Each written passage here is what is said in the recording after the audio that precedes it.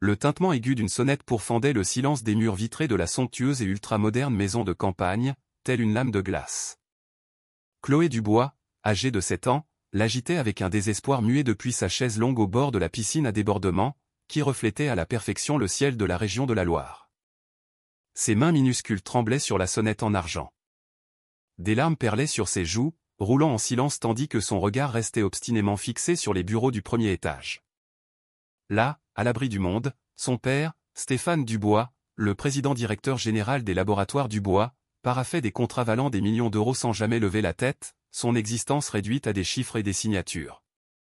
La petite actionne à nouveau la sonnette, « Monsieur Dubois », chuchota Sandrine, son assistante, depuis l'embrasure de la porte.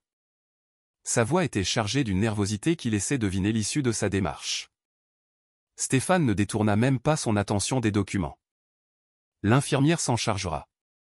J'ai une conférence téléphonique avec nos partenaires allemands dans 5 minutes. Ses paroles tombèrent, tranchantes et sans appel. Sandrine referma la porte en douceur, le son insistant de la clochette de Chloé s'éteignant derrière le double vitrage. En bas, au milieu du parc paysager de 2 hectares, la petite fille cessa son manège. C'était inutile.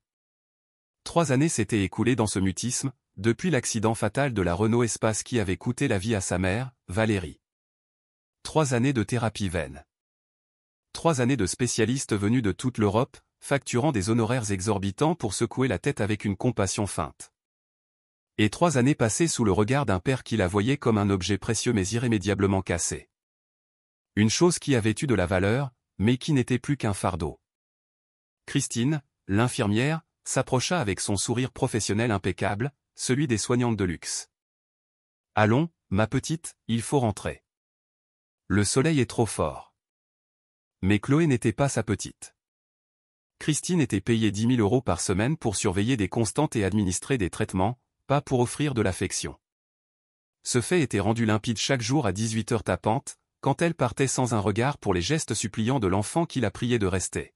« J'ai un autre rendez-vous », prétextait-elle, alors que chacun savait qu'elle retournait à son appartement d'un quartier résidentiel de Tours pour s'installer devant sa série préférée. La paix des Dubois était excellente, mais l'atmosphère lugubre de cette maison était une torture. Cette résidence, œuvre d'un architecte de renom, avec ses murs de verre et sa collection d'art contemporain, était le lieu le plus glacial que Christine ait jamais fréquenté. Et elle avait pourtant fait des gardes à la morgue. Stéphane Dubois ne descendit qu'à 21h, quand Chloé dormait déjà profondément. Il entra dans la chambre de sa fille, transformée en unité de soins intensifs privés, et approcha une chaise du lit. Il la contempla.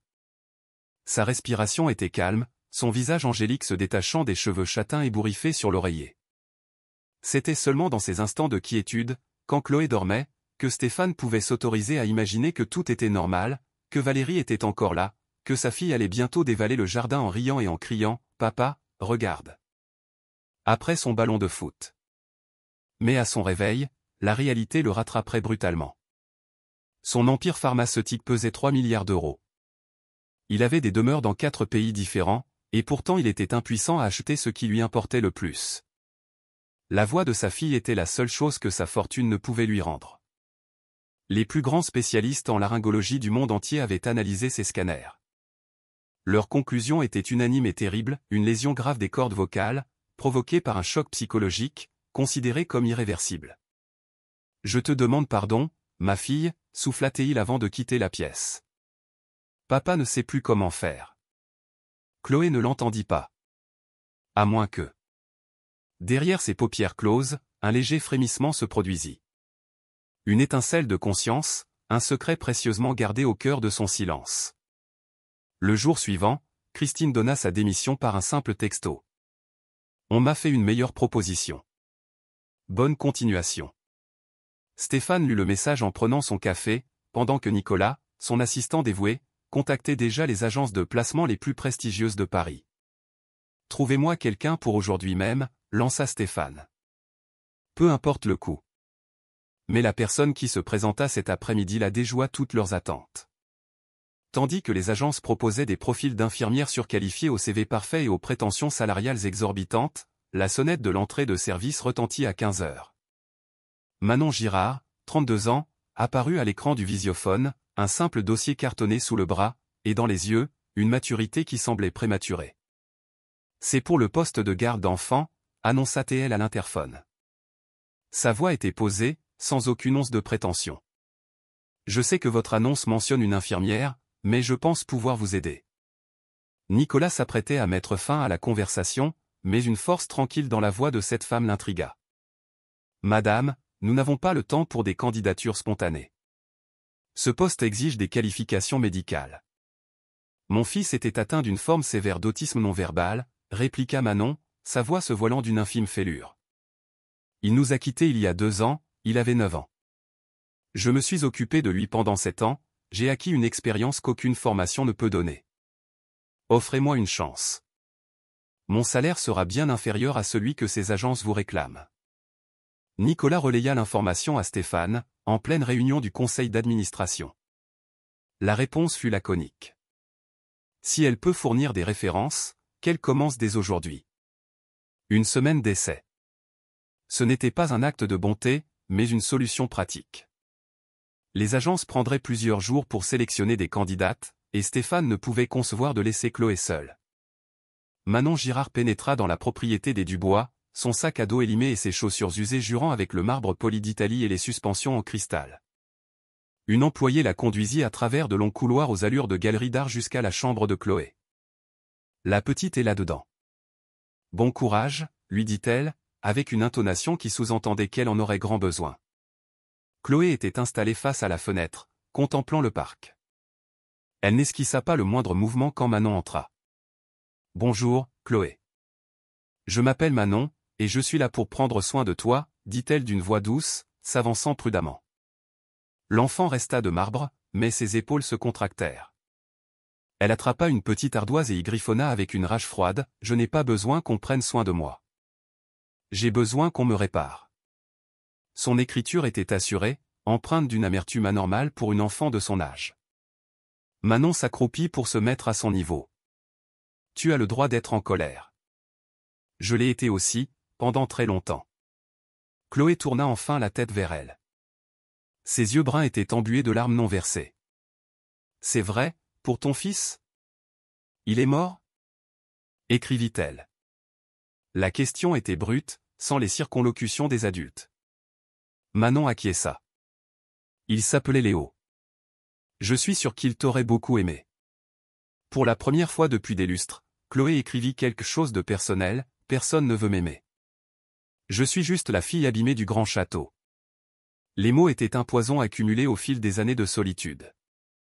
Papa me regarde parfois, et je vois dans ses yeux qu'il aurait préféré que je meure avec maman.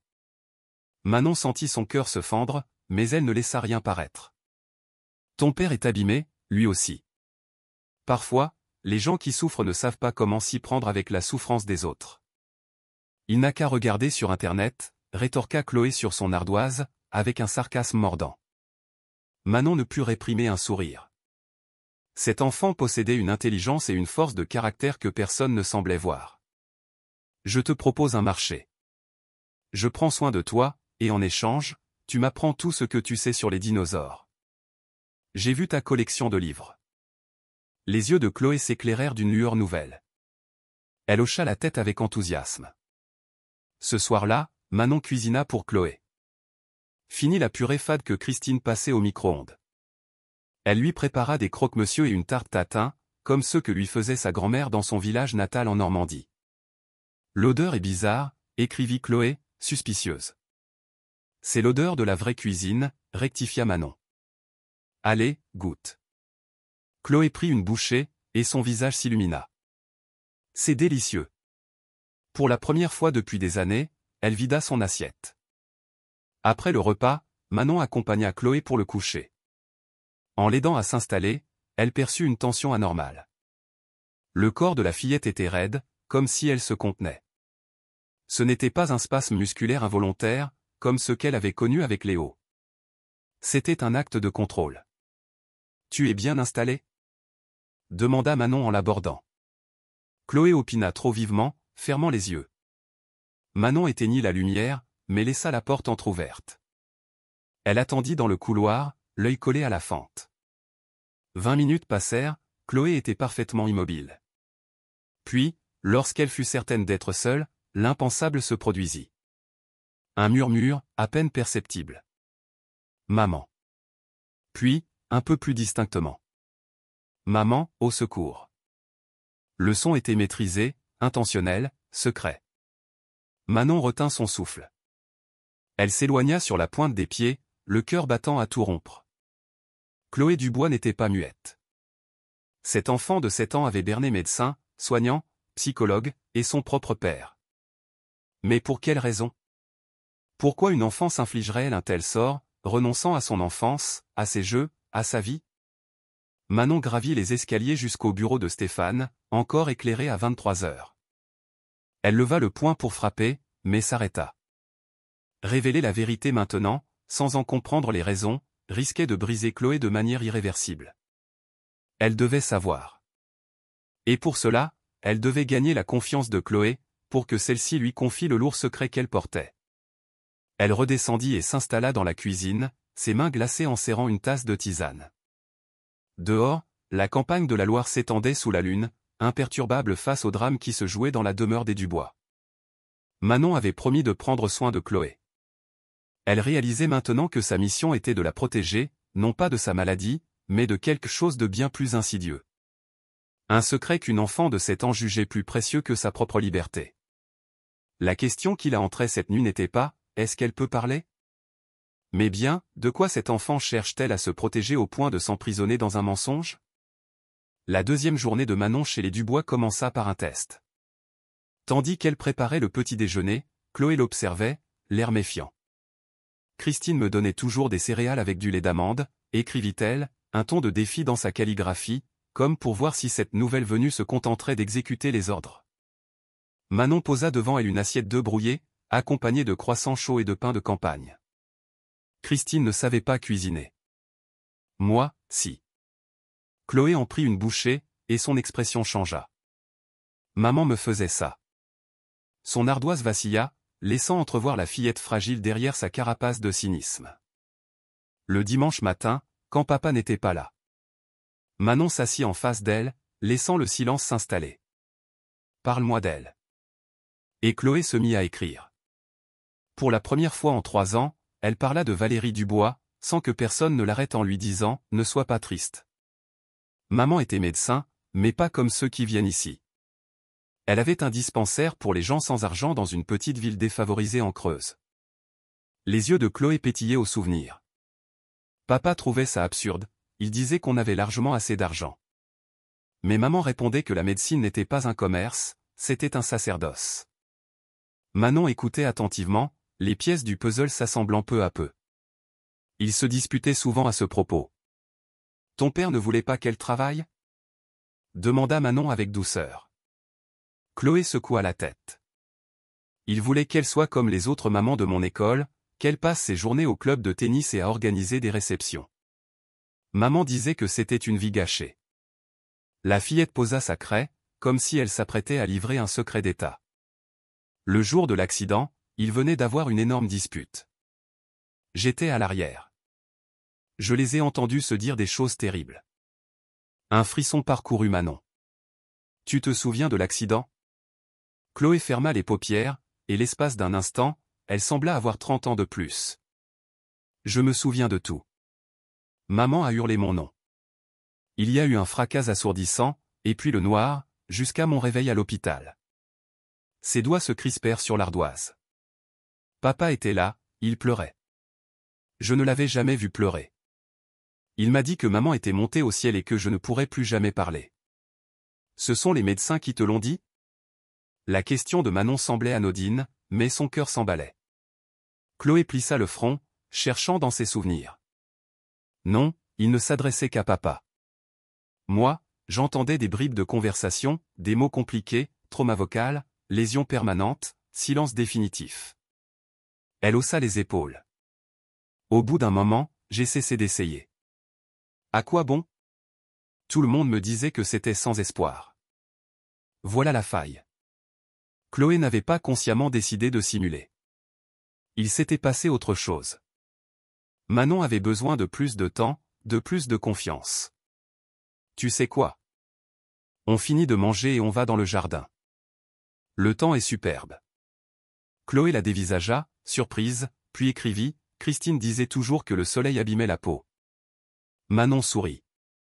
Le soleil, c'est la vie, ma belle. Et tu as bien besoin d'un peu plus de vie dans ta vie. Cet après-midi-là, durant la sieste de Chloé, Manon fit le tour de la propriété. Ce n'était pas de la curiosité, mais un réflexe maternel. Elle devait cerner l'environnement de l'enfant.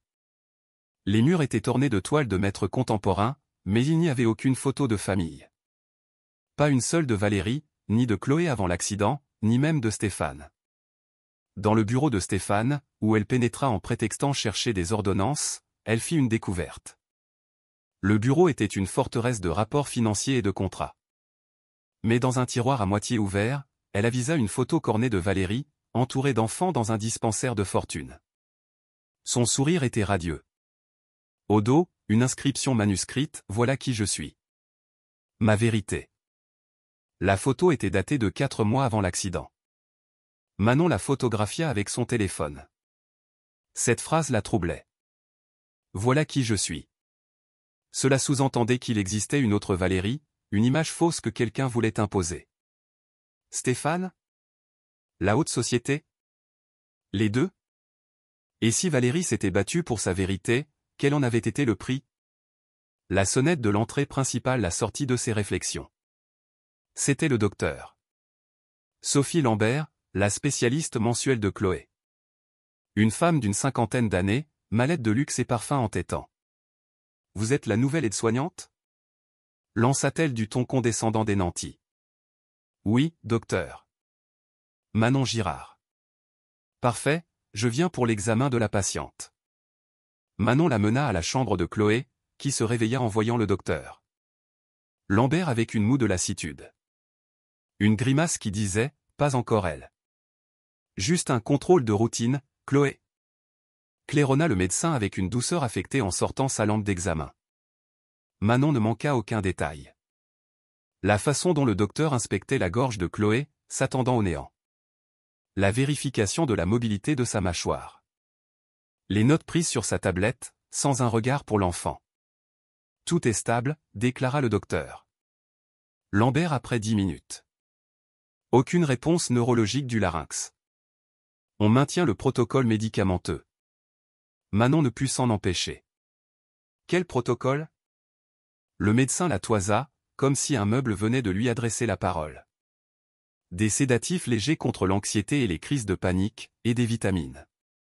Pourquoi cette question? Simple curiosité, répondit Manon d'un ton neutre. J'ai une longue expérience du mutisme sélectif. J'aime comprendre les cas que je rencontre. Le docteur. Lambert referma sa mallette d'un coup sec. Ce n'est pas du mutisme sélectif, c'est un dommage physique post-traumatique. Rien à voir. Mais son regard trahissait une nervosité qui ne cadrait pas avec une simple question. Après son départ, Manon examina les médicaments de Chloé.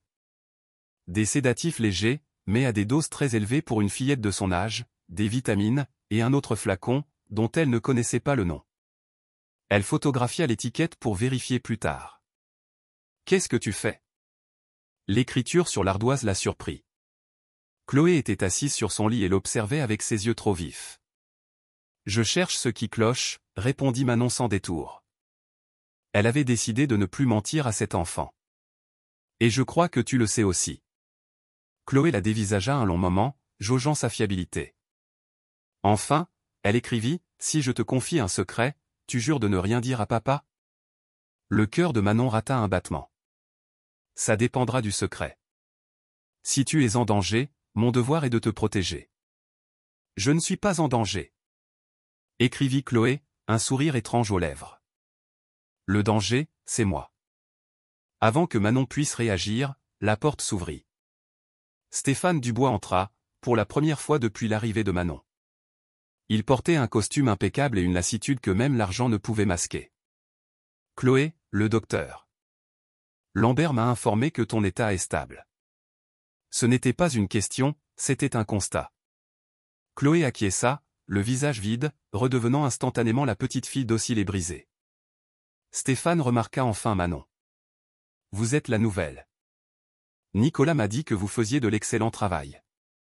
Ce n'était pas un éloge, c'était une évaluation. Merci, monsieur Dubois. Chloé est une enfant formidable. Stéphane posa sur sa fille un regard d'expert comptable. Évaluant, mesurant, mais sans jamais la voir réellement. Elle est tout ce qui me reste de Valérie, dit-il d'une voix qui se voulait émue mais qui sonnait comme un reproche. Prenez en grand soin. Une fois Stéphane parti, Chloé attendit que le son de ses pas s'estompe sur le marbre, puis elle écrivit, « Tu vois ? Voilà pourquoi je ne peux rien dire. » Manon s'approcha et s'agenouilla près du lit. « Me dire quoi, ma chérie ?» Les yeux de Chloé s'emplirent de larmes qu'elle se refusait à verser. Elle écrivit avec une rage folle, « Que je le hais. Que j'aurais préféré qu'il meure à la place de maman. Que chaque jour, je feins d'être muette parce que c'est le seul pouvoir qu'il me reste contre lui. » Le temps sembla se suspendre.